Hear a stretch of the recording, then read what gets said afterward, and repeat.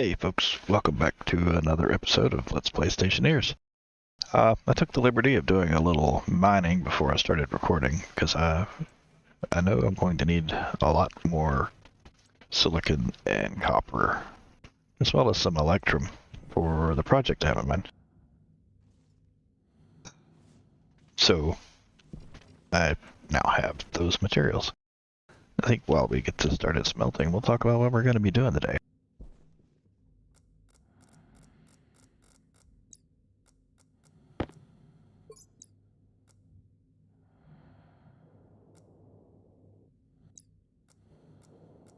Oh, that's not going to work. Sun's still up. Let's go find a shady spot and try that out.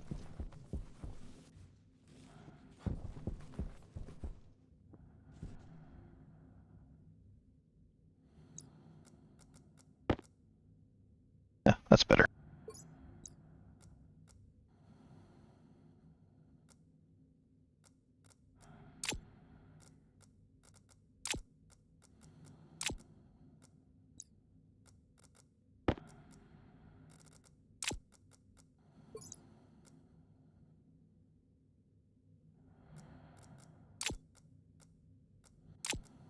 There we go.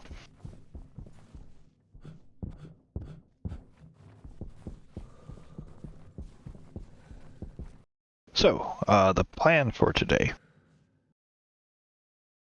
is a couple of housekeeping items. I want to set up the labeling on the pipes for the new filtration systems from the last episode.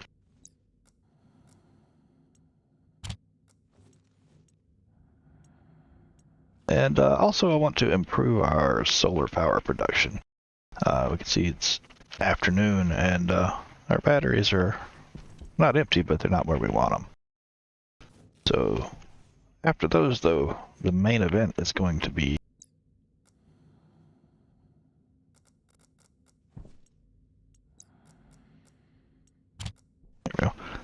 the main event will be moving these this system here. And we're going to completely change the way we do this.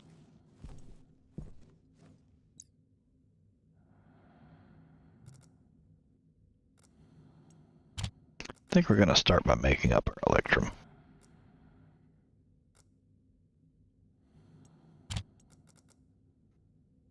That's equal parts silver and gold.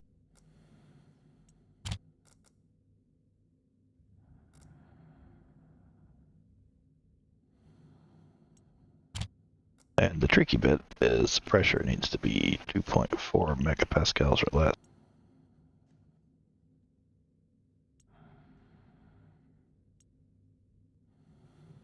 Otherwise, it has a pretty broad temperature range requirement.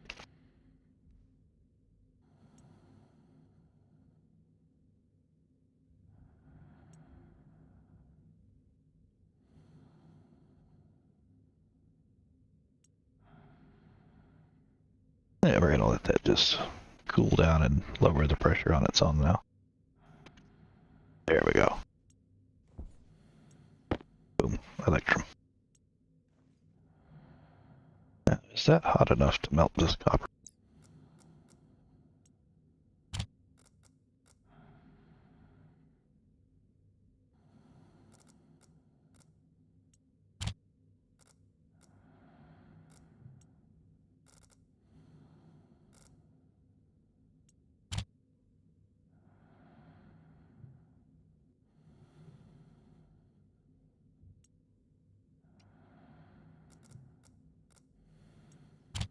That's gonna work.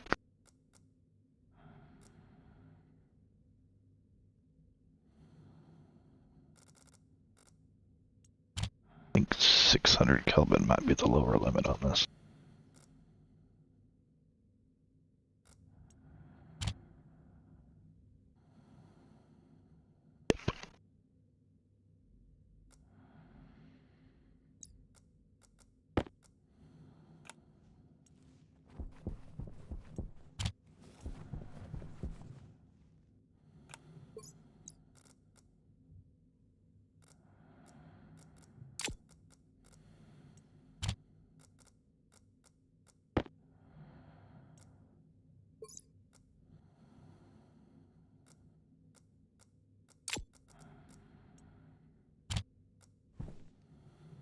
There we go.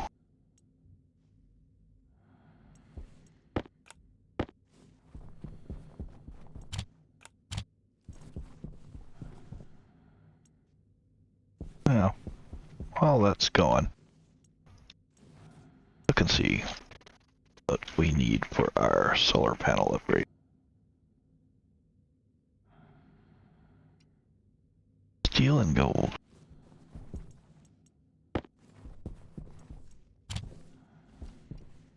We're gonna need 10 of these, so that's gonna be 150 steel.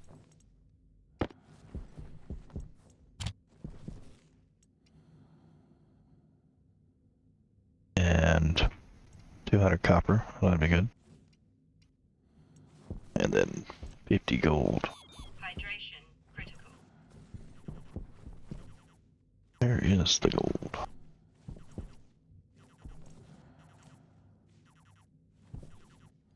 Oh, there it is.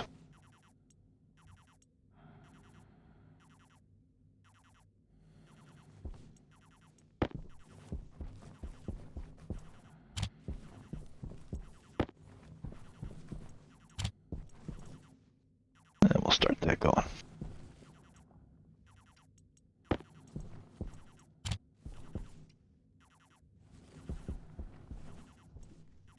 Alright.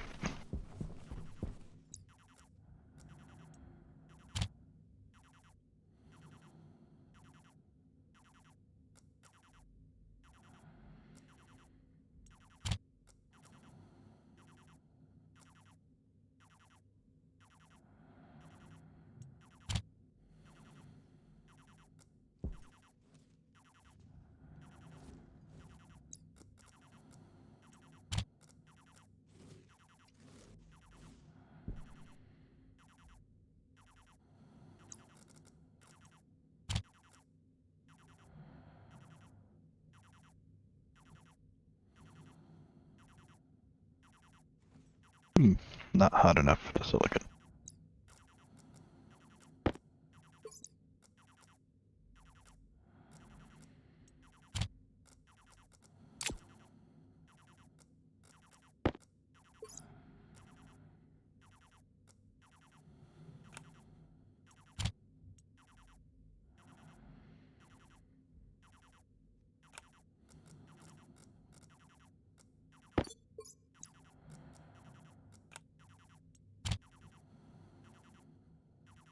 There we go.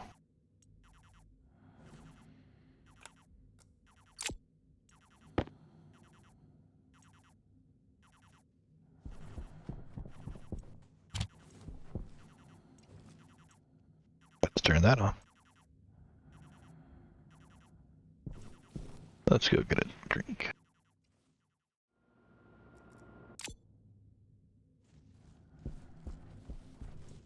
There's the first 5. Get 2 in there.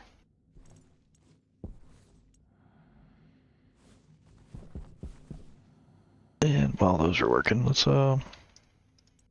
pipe labels.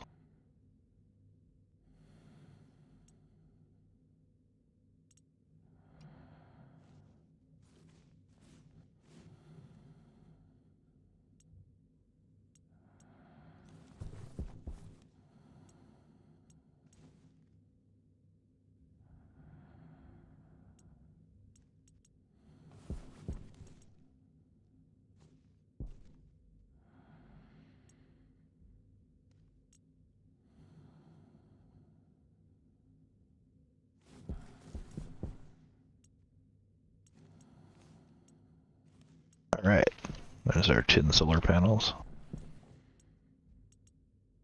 And 5 pipe labels. We're also going to need some heavy cable for that project up there. Let that go for a while. We're going to need about a stack.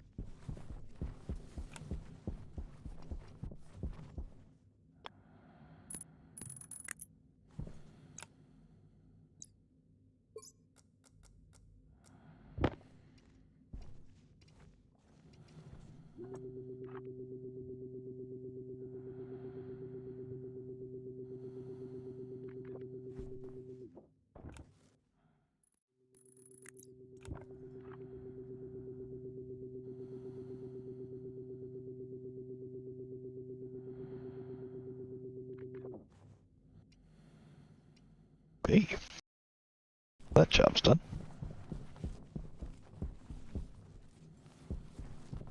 See how our cable's coming. We have 21 in the stacker. Let that go for a while. Let's go get these panels in place.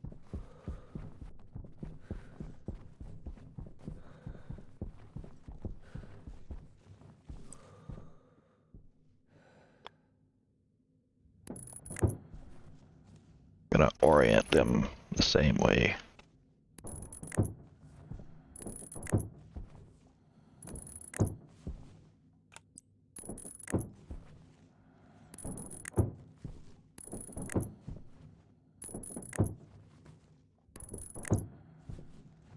Go get some glass sheets for them.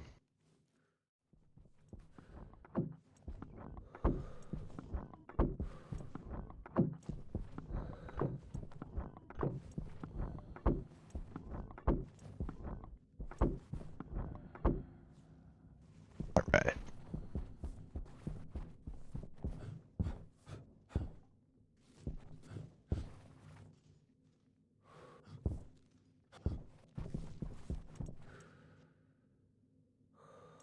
Make one more, get that half.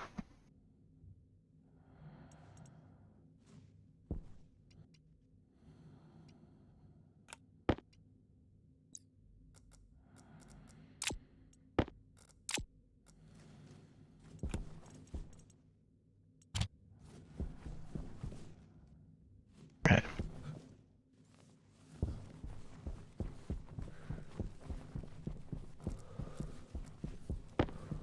These all turned the right way. These are all set to 90 degrees. Yeah.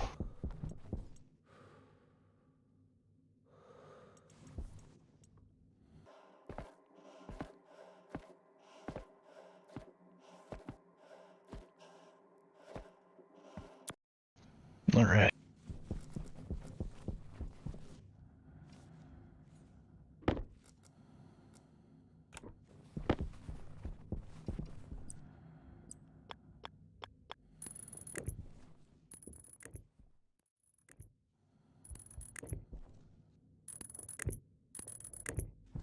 Okay, and we tied this in and they should all track the same way.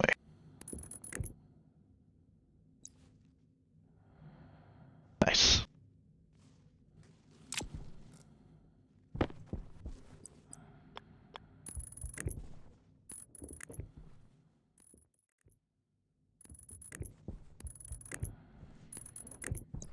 Alright. Let's got our power tied in. Jetpack on. Here we are noon and most of our batteries are dead. That should change. Stick that in there for now.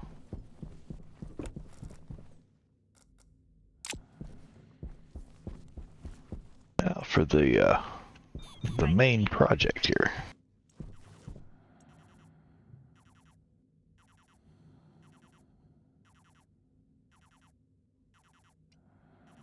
Copper, steel, and silicon.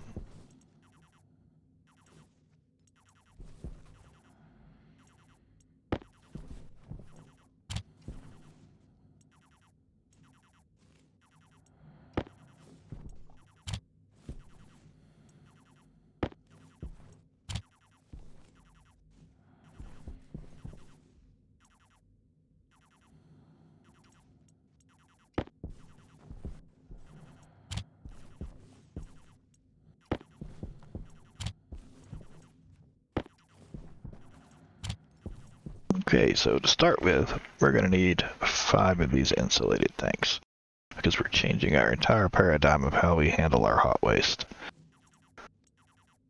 Start those building and go have a sip. Maybe get us a tater too.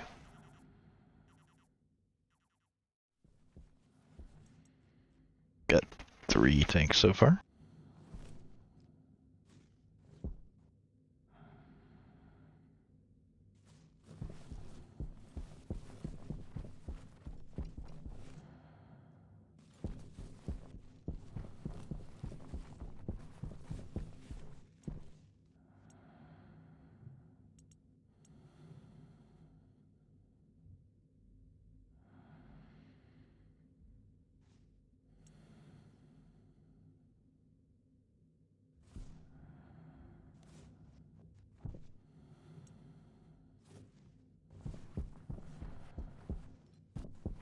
Oh, I just remembered I also need to do a little landscaping. Get this last tank built. We'll go work on that while we build our pipes.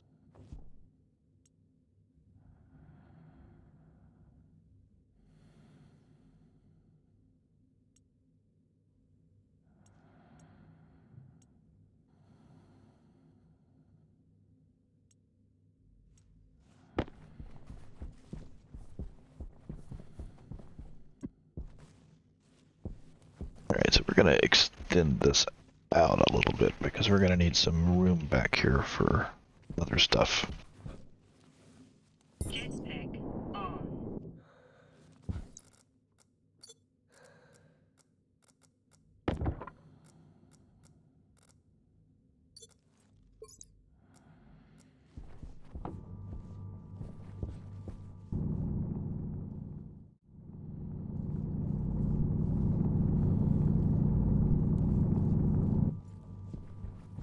Yeah, I think that'll do.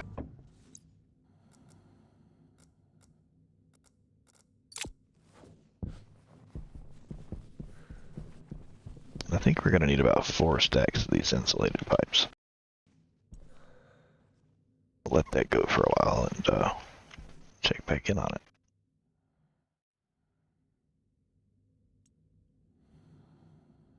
Alright, we are coming up on our 4th stack of pipe. But there's actually other things we're going to need to do. So I think I'm going to cut here, and once I've got everything gathered together, we'll go over all the pieces before we put it all together. Okay, so we've got our parts gathered together here. We've got steel frames and steel sheets so we can extend our platform a little. We've got 5 insulated tanks so we can make a large tank for our hot waste. A pipe analyzer so we can take a look at what's in the hot waste tank. And 4 stacks of insulated pipes. Let's get started putting this together.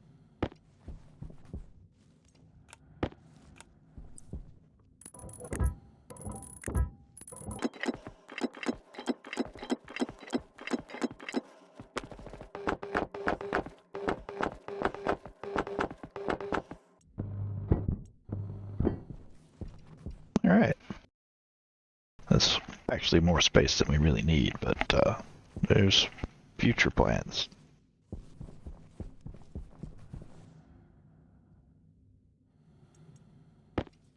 And I think we're going to put our hot waste storage right here.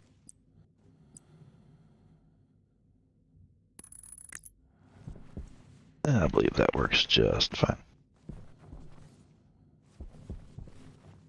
Yeah, looks good.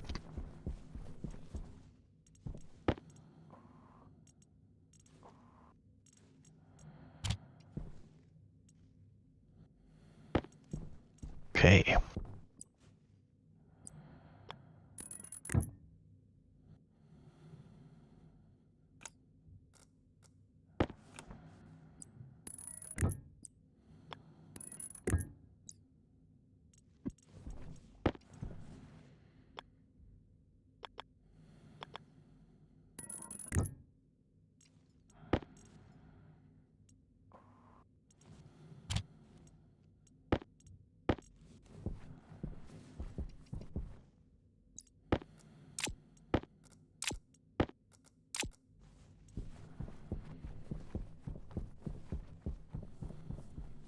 So what we're going to be doing is we're taking all of this and we're moving it over there, but we're changing how we do it. And more importantly, we're changing why we do it. This system is designed to hold our waste from the furnaces, cool it, and then once it's cooled, pump it to our waste storage. But we no longer want to do that. We want to make use of that heat because it's useful energy. And in the future, we're going to need it. So we're using insulated tanks. We're going to keep the heat. We're still going to use this kind of logic to pump it out of the waste tank once it's cooled. But we'll be cooling it a different way. We'll be cooling it by using that heat energy instead of just wasting it with the radiators. So what we need to do, we need to take this and replace it with that. We gotta tie into that with this.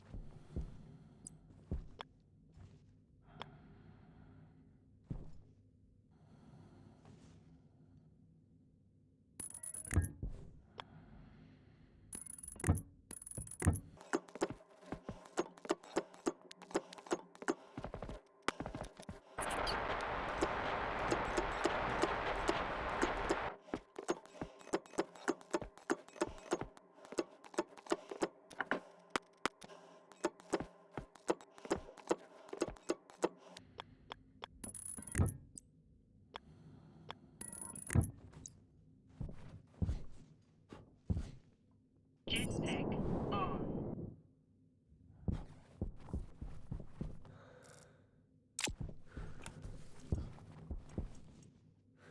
Jetpack on.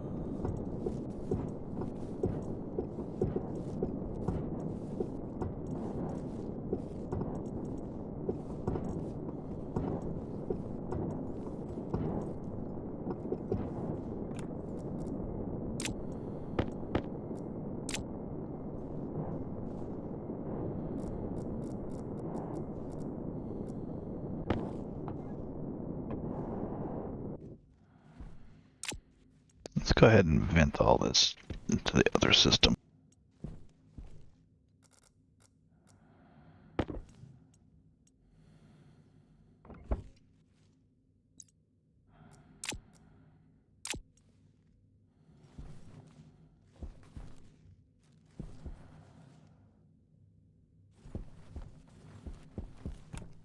Jetpack on.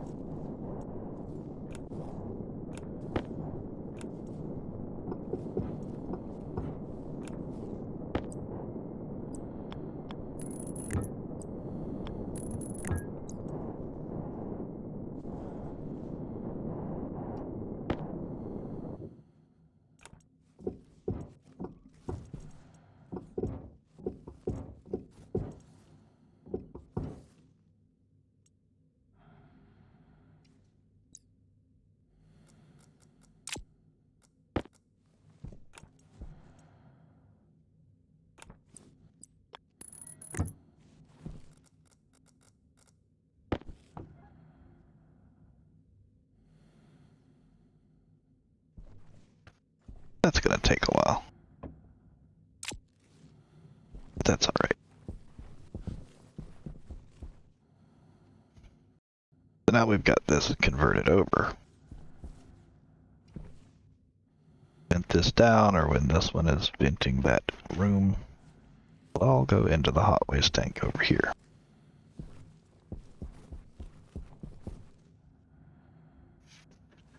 That's while we wait on that to finish venting. We'll go ahead and do some wiring over here.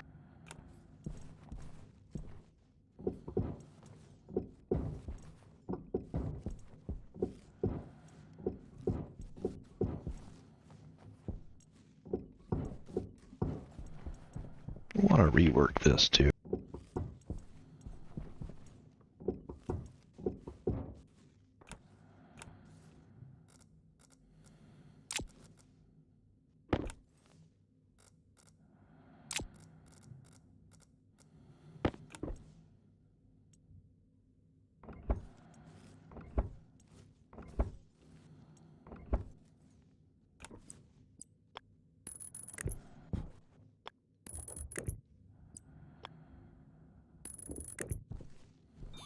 Hydration critical.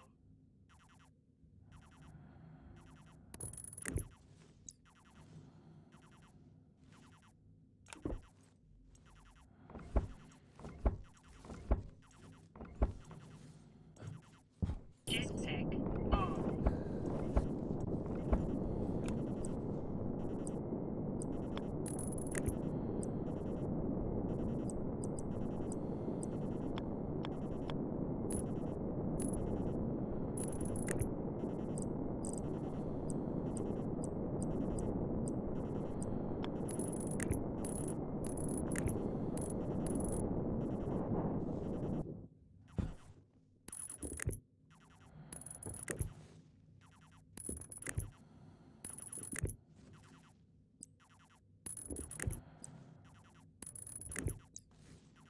Jetpack on.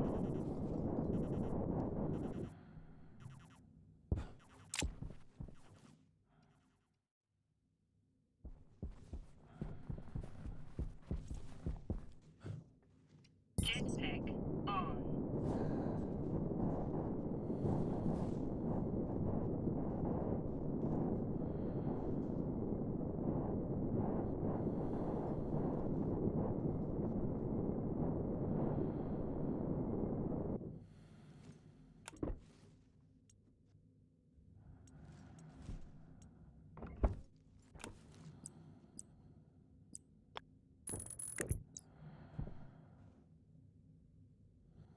Jetpack on.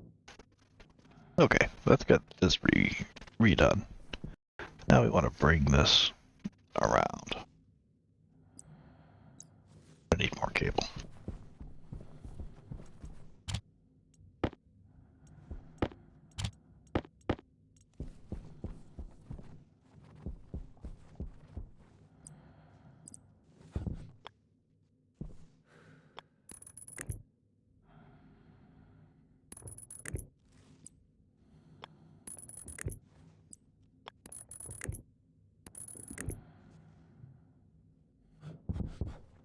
Jetpack on.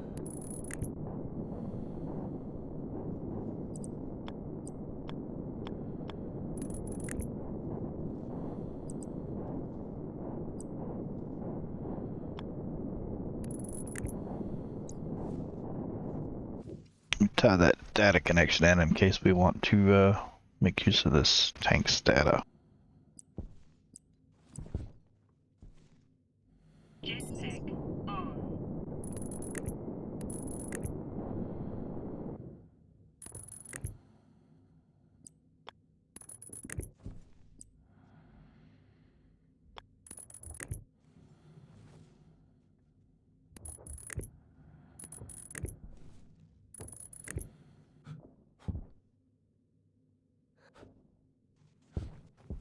Jetpack on.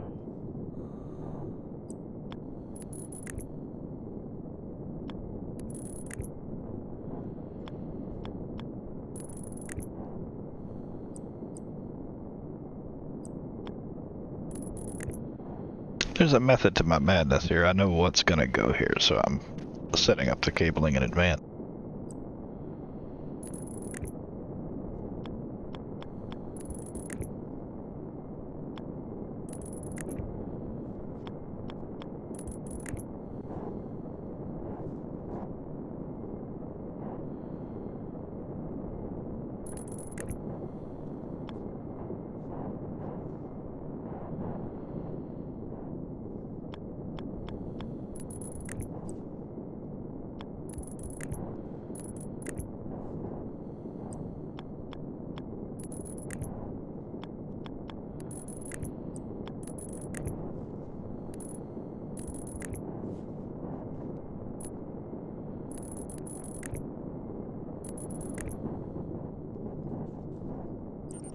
Hunger caution.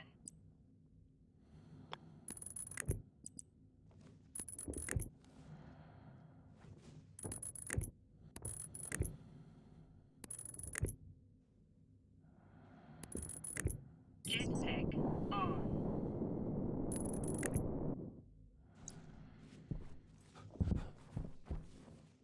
Right. think everything's wired in.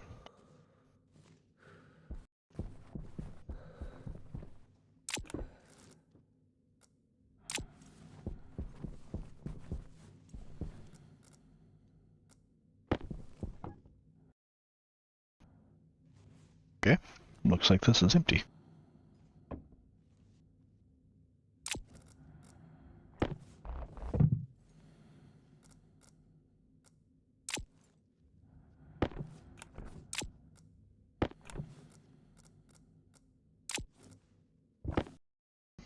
I think I can go ahead and close this up.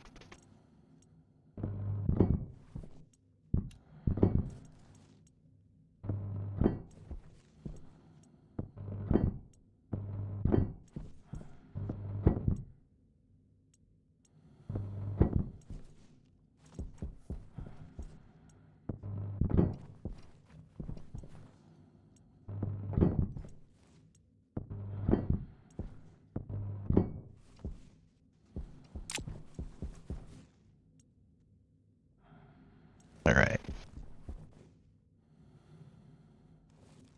Let's turn on our filtration systems and empty out what's in our waste tank.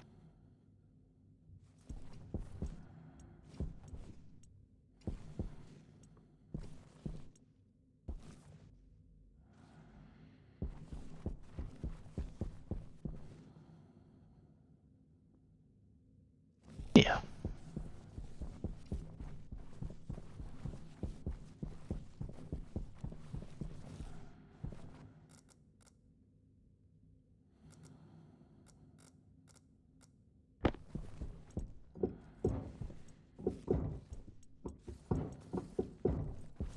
Let's go ahead and pull up all of this.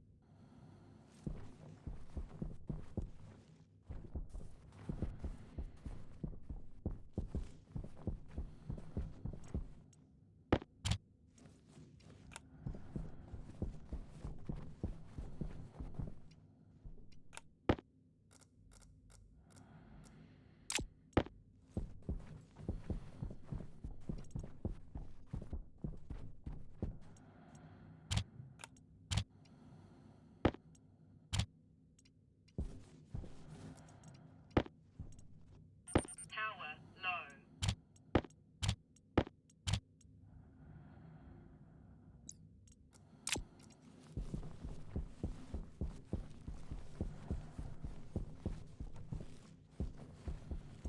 Alright, we're almost done with that.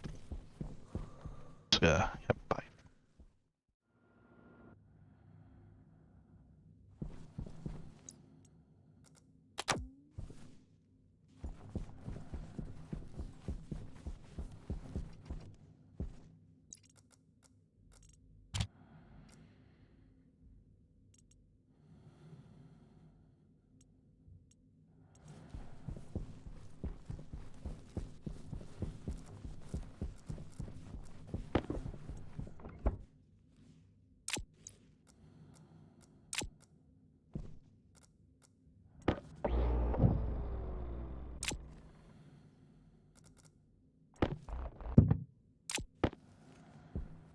No, we might be using this later here. I'm not sure if that's where we want it, but possibly.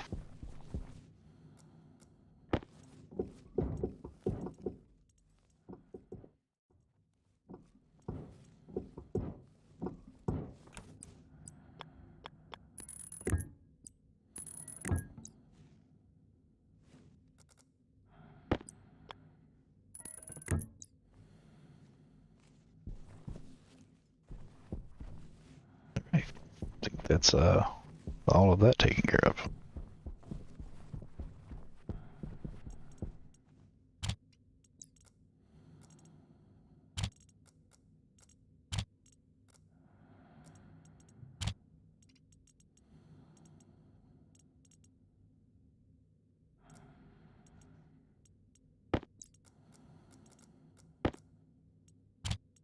consolidate some of this down later.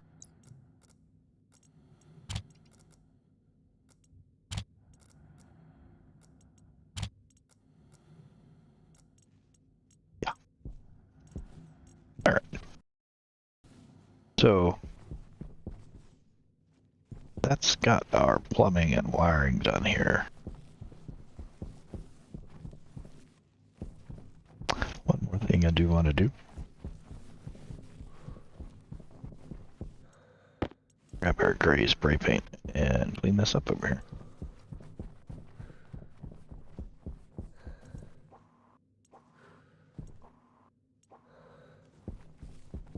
Nice.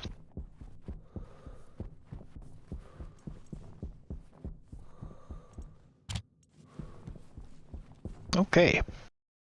So, all the logic that we had over here to control that, we're basically going to do the exact same thing. Again, it's going to be when the pressure is above a certain level, the temperature is below a certain level, we're going to empty this tank into our main storage tank. The difference being that instead of cooling it with radiators, we're going to cool it by using the heat in that gas. And we may also eventually add a radiator line in case we need to vent it down and we want to cool it without using that heat. But for now, we're going to put in place the same system, except instead of using all those logic chips, we're going to use one of these, the IC10 chip. And to use it, we have to have a socket to place it in, and we also have to have a computer to program it. Let's go ahead and put that socket in place over here.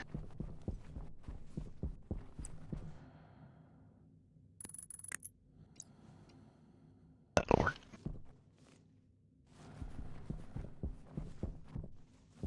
And before I forget, let me grab that purple paint.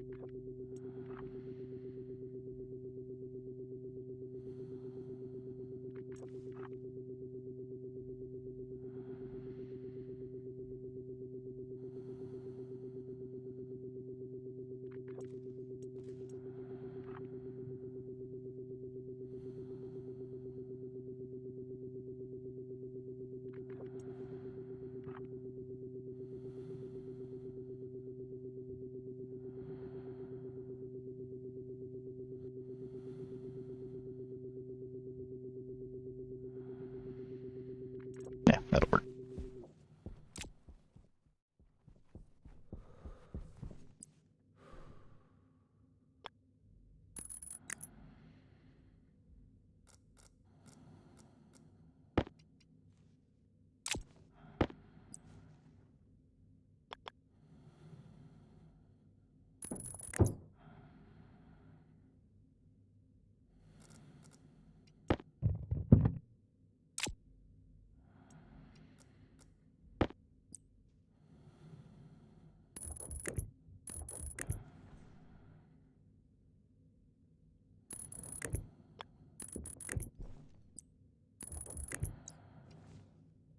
That'll work.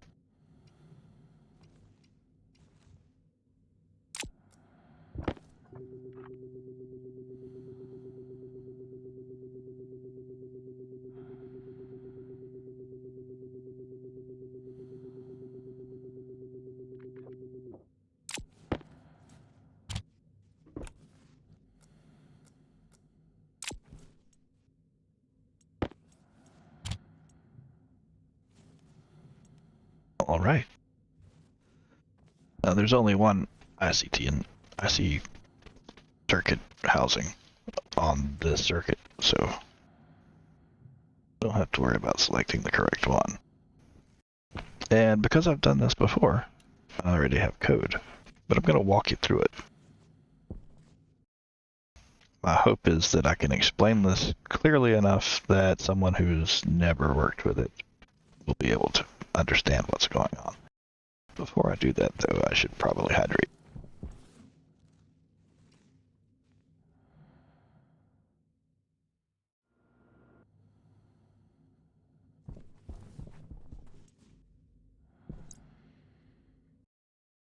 Okay.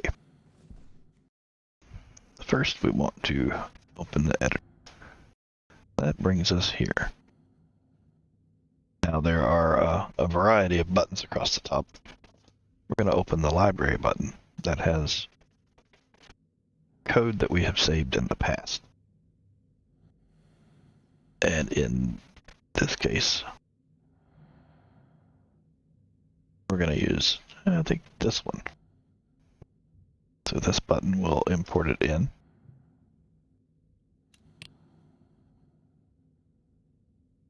Yeah, all right. So we'll start at the top. These lines up here, they all have a pound sign or hash mark. Anything after that is ignored. It's a comment. So it's not code that's executed. Anything after that point on that line. And up here we have a description of what this is. Now again, we want this to perform a basic task. We want to check the pressure and the temperature in the tank. If the pressure is above a certain level and if the temperature is below a certain point, then we empty the tank. The next thing, so to explain how this works, the chip starts the program at the top and it goes through it. And then we tell it to loop and go to certain parts of the program based on different criteria. So it executes from the top down, one row at a time. So the next thing we're doing here on line 5 is we're setting up an alias. Now an alias tells the program that this word means something. In this case, we've got an alias named tank. And what it's standing in for is D0. D0 is a device that's connected to this chip. These chips have 4 screws on their sides, and you can have, or 6 screws, sorry. And each of those 0 through 5 is a different device that can be connected to this IC chip. Let me load that again. So in this case, it's going to be expecting, or it's going to be naming device 0 as tank and device 1 as pump. These other aliases, tank temp, tank press, and pump state, those are storing, or those are pointing toward registers. Registers are basically memory locations. A place where you can store a piece of data. I'm not sure how many. There's a limit on how many registers you can use. But we're only using 3. R0, R1, and R2. So after we set up these aliases, anywhere in the program where this word appears, the program actually replaces it with what it's pointing to. So instead of having to type D0 and not knowing what that is, then we have the word tank. It makes more sense for us, and it works just as well for the software itself. After that, we have 2 rows that are defines. A define command is similar to an alias. In this case, we're defining max temp to mean 273.15. Now again, like with the logic chips, this uses the Kelvin temperature scale. That is 0 Kelvin. I'm actually going to change that to 1 degree Celsius, which would be 274.15. And then the next one is the minimum pressure that I'm defining. And in this case, it's in kilopascals. So 0.5 And I actually think I want to do like I did with the logic chips and set that to something more like 5 kilopascals. So what this means is that anywhere the word max temp appears in the program takes it to mean 274.15. This serves two purposes. One is it gives us a less confusing, more meaningful name for that number. But also, we may use that in multiple places in the program. We can change that value by changing it in one place and not have to go through the whole program looking for that number and changing it in the appropriate places. So now that we've defined our maximum temperature and our minimum pressures, we go to the next line. Now this line is a location marker in the program. It's basically a word followed by a colon. In this case, start. It starts at the top and goes down through here. When we get to this point, we actually start doing some actual code here. This command, the L command, I believe is load. We can look that up. We click the F button here that shows us the functions that this language called MIPS supports. These are in alphabetical order, so it's easy to find what you're looking for if you know what you're looking for, but not necessarily easy to find what you're looking for if you don't know what it is.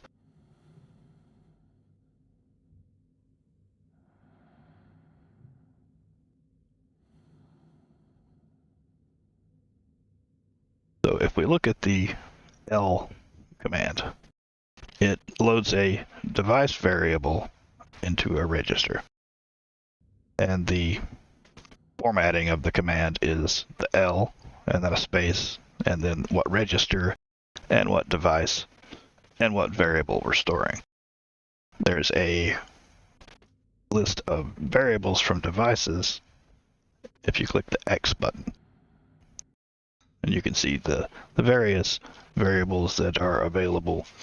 Not every device has all of these variables, but these are the variables that the devices have that you can access. So in this case, we're loading into the tank temp register, which is register 0, from the tank device, which is device 0, and we're loading the temperature variable. So that means that we're storing the temperature of the tank in register 0 under the name tank temp. And then we also take the tank's pressure and load it into tank press. So now that our program has stored those values, we can work with those. So the next section here checks to see if the temperature is above the minimum temperature setting, or our max temperature. So the BGT command is a branch command. BGT means it will branch if it's greater than. Let me bring that up over here.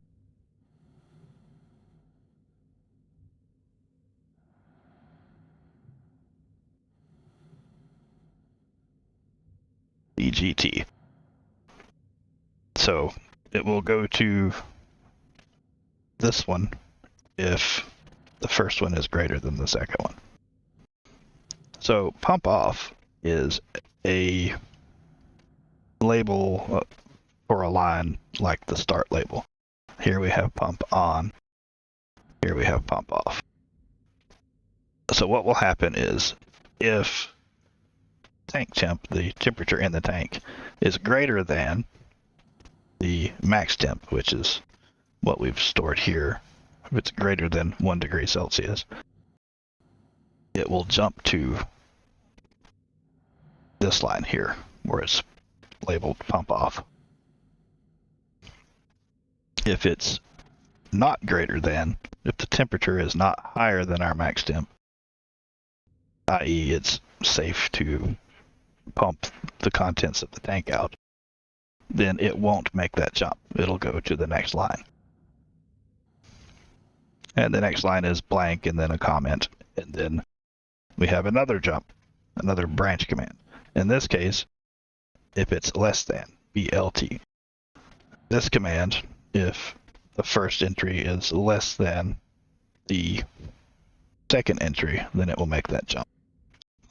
So in this case, if the pressure in the tank is less than the minimum pressure we have set, 5 kilopascals, then it will jump to pump off. If neither of those conditions is met, then it just continues on. This isn't really necessary, but it's a command. The J command is to jump to or branch to a particular label. It's not really needed because the next section is the pump on section. In this case, it's we've met our conditions, so we want to turn the pump on. So we check our conditions, the temperature and the pressure, and if neither of them sets a no-go condition, then it just continues on until it gets to here and it turns the pump on. If either of these conditions is met to create a no-go state, the temperature is too high or the pressure is too low, then it will jump over this and skip to the pump off section, turn the pump off, and so on. So that just leaves us with the pump on and pump off sections of the program. So we get to the pump on section. We have a move command. Well, it just moved.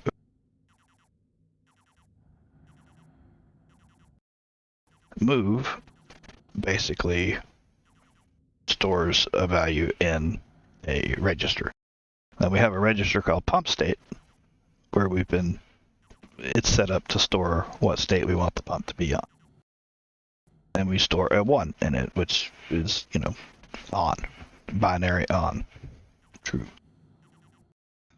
So we move a 1 into pump state. And then the next command is the S command, and that's used to store a variable to a device. Stores register value to a variable on a device. So what it takes is the S command itself, the device we're working with, what variable we're working with, in this case the on variable, and what register we're taking the data from.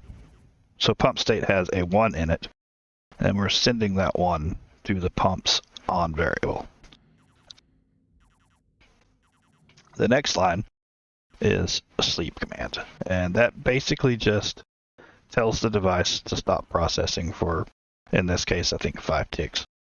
It's so that it's not wasting CPU cycles and bogging the game down, running this wide open all the time, because we don't really need it to check the temperature and pressure that frequently. Now 5 ticks is not very long. It's a matter of, I think, maybe 10 seconds. But at any rate, the sleep command gives it a break, and then we have the J command, which is the jump command, and we jump back to the start, which was right here. And then we read the temperature and pressure again, and so on and so forth. If we jump to the pump off section, it's the same set of commands except for we're setting pump state to 0, and then writing that 0 to the pump to turn the pump off. And that's pretty much it.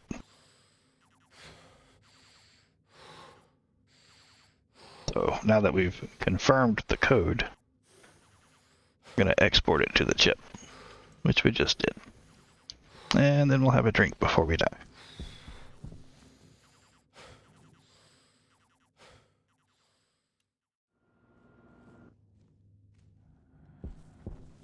All right. So I hope I've explained this clearly. If you have questions, feel free to post questions in the comments below, and I'll try to answer them as well as I can. This language is similar, as I understand it, similar to assembly language. I'm a lifelong hobbyist programmer, and I've even done some professional programming work, but not with this sort of code. I understand this fairly well, but I still have hangups myself. So hopefully my explanation was sufficient, but if not, feel free to ask questions, and I'll see if I can help explain things more clearly. So let's take our chip over here and plug it in. Now, the housing's not turned on yet, but we can see that these device screws have not been set yet.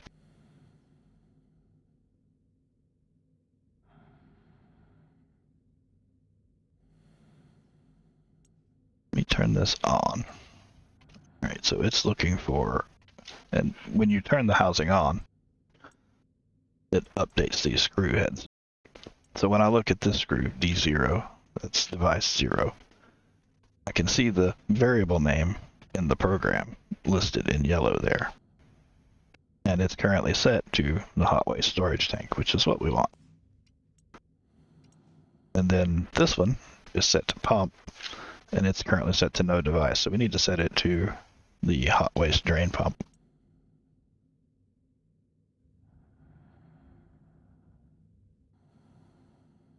There we go.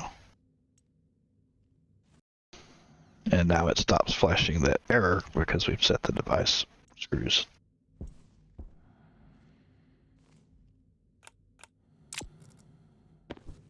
Now, right now there's nothing in this storage tank.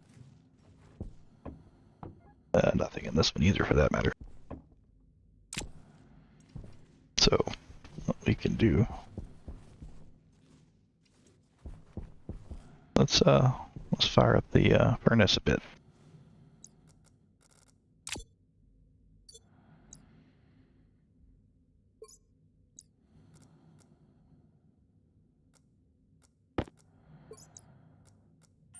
Hunger. Caution.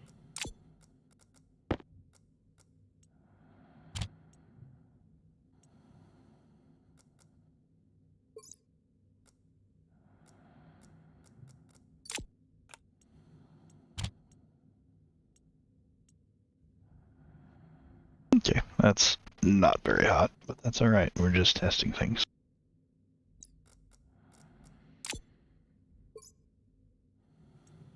We'll go ahead and vent it into this system.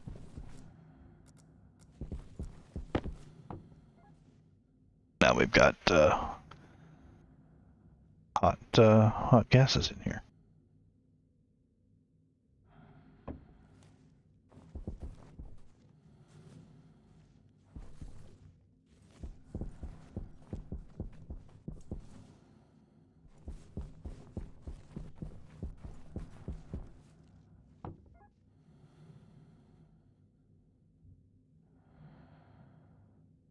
Now that temperature is dropping pretty rapidly. Why would it be doing that?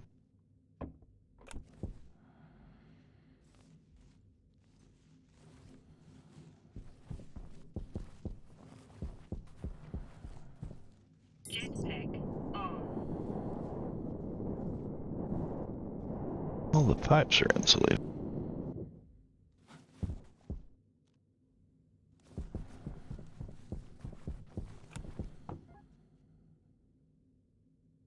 Well, it seems to have stabilized. Okay. Maybe it's got to do with the fact that it was still pumping from the furnace. Furnace is empty now. We can see it's holding steady at 845.6 Celsius because it's an insulated tank and insulated pipes. And our pipe analyzer says pretty much the same thing.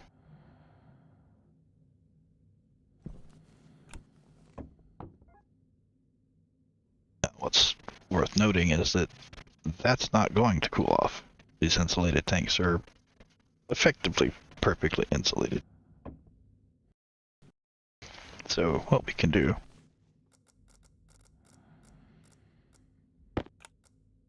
if we want to test it,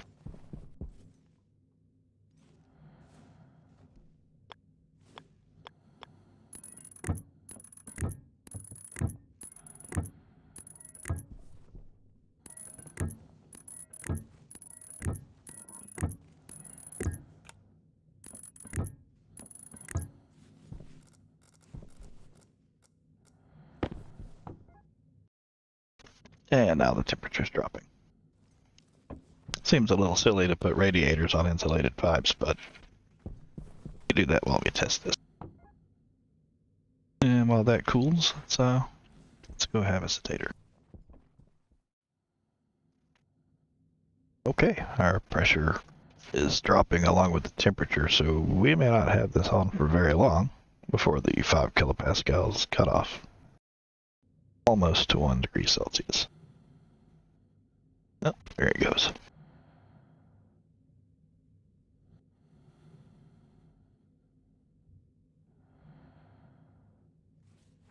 And we're getting gases in the waste tank.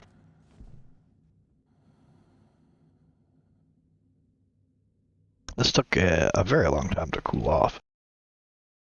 The only cooling is from the 12 radiators here, so there wasn't any cooling from just the tank and the pipes. That's good. We want to keep that heat so we can use it. That's going along nice.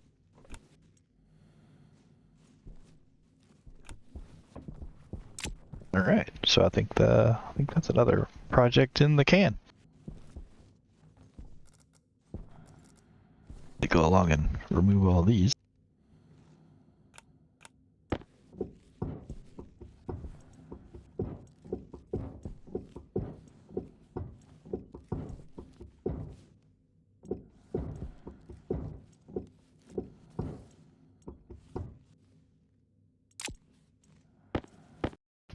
Okay. So now we have a hot waste storage system that will allow us to recover that heat and use it in the future. Again, I hope I explained the IC10 code clearly. And if there are any questions or any confusing bits, yeah, ask in the comments and I'll see if I can help out. I'm certainly no expert. A lot of people have been asking for a greenhouse build or something in that vein. And as I mentioned in the comments on the last video, a lot of the projects that I've been doing have been either something that we needed badly, like power, or things that are groundwork for that future greenhouse build. And this is one of those things, because we're going to need to be able to manage our temperatures for the gases as well as the water in the greenhouse. And this is one of the things that's going to let us do that, I hope. And if I can remember, I'll take this code, have it on the Steam Workshop, and you should be able to download it there. I'll try to remember to put a link in the video description for that. Any other ideas, thoughts, suggestions, comments? Feel free to post below. I'd love to hear from you guys. I think that will do it for now. Oh, one more thing. Our new solar panels are working nicely. Look at that. All right. You guys have a nice day, and we'll see you next time.